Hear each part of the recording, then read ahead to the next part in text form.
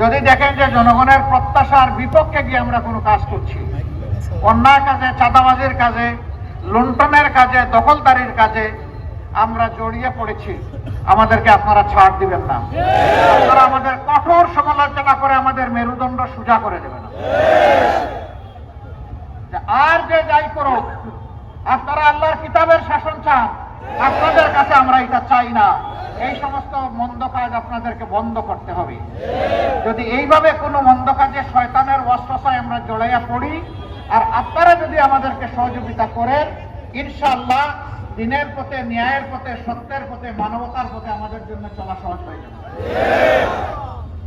এত রাত কষ্ট করে আপনারা এসেছেন, নিশ্চয়ই ভালোবেসে আমাদের দুটি কথা শোনার জন্য আপনারা এসেছেন। এই ভালোবাসাটা কার জন্য?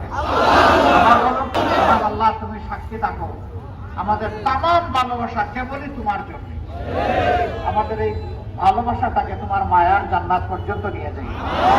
এই ভালোবাসার দ্বারা একটা ভালোবাসার বাংলাদেশ তুমি আমাদেরকে উপহার দাও। শ্রদ্ধা ভালোবাসার একটা জাতি আমাদেরকে উপহার দাও।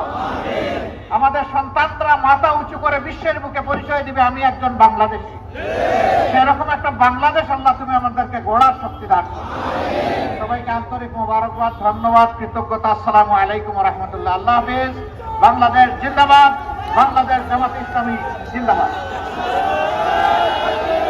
মোহতারাম আমির জামাত খান নোয়াখালী জেলা জামাতের পক্ষ থেকে মোবারকবাদ জানাচ্ছি।